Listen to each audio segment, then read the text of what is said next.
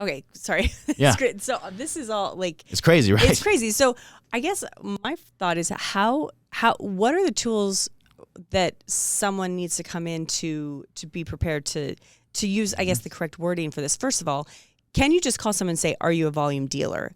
And is that something people should be asking?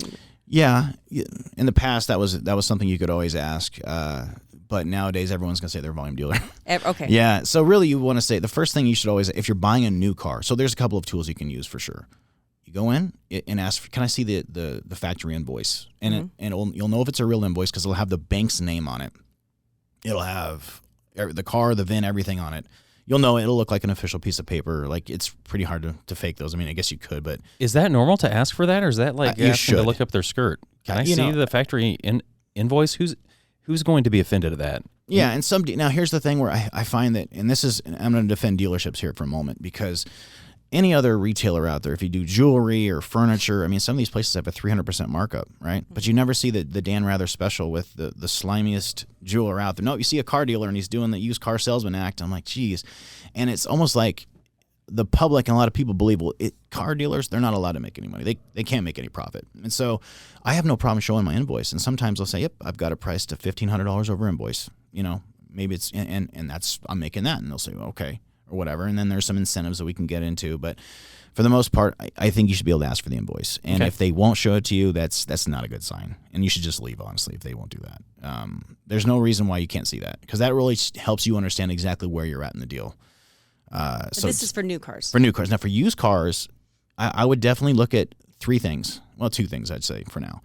Use your books, Kelley Blue Book and NADA, and you can look at those books and they can see of what they believe the car's trade-in value is, what their retail value is, and what the wholesale value is, what the banks will put a value on.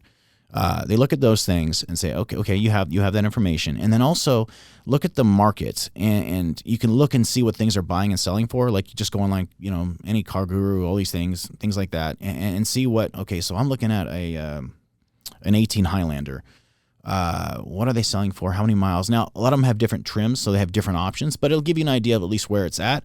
So that way you have an idea of what you should be paying. And so just come prepared. Used cars is a little bit harder because used cars, you know, we always say there's not a used car factory. So, you know, someone will come and say, yep, I need to have a 2015 red, Audi Q7 TDI. It's got to have beige interior. I mean, I'm just like, you know, the chances of me getting that are extraordinary. That's a unicorn. Yeah, we call them unicorns. Yeah, we don't want to offend them, but, well, the used car factory just down the street, they'll pop it out here in just a moment for you. Yeah. But, you know, so yeah, for tools, for a new car, use an invoice. If it's a pre-owned car, you know, check your books, see what the market is, and use that as a gauge. Used cars is a little bit harder, though, because you never know. Maybe they put, you know, a lot of times dealerships, and especially, you know, good ones, they can spend quite a bit of money on reconditioning the car. They don't want to, a lot of good dealerships, the last thing we want to see when we sell a pre-owned car to somebody is have them come back a few days later. That's terrible. No one wants that. You know, we want to feel like, yeah, if you have a bad customer experience with somebody, they're going to tell their friends, they're going to tell their family, they're not going to come back. So the best way you can handle that is to make sure you take care of them right the first time. They'll keep coming back, and it's really important you do that. So we're big believers of that.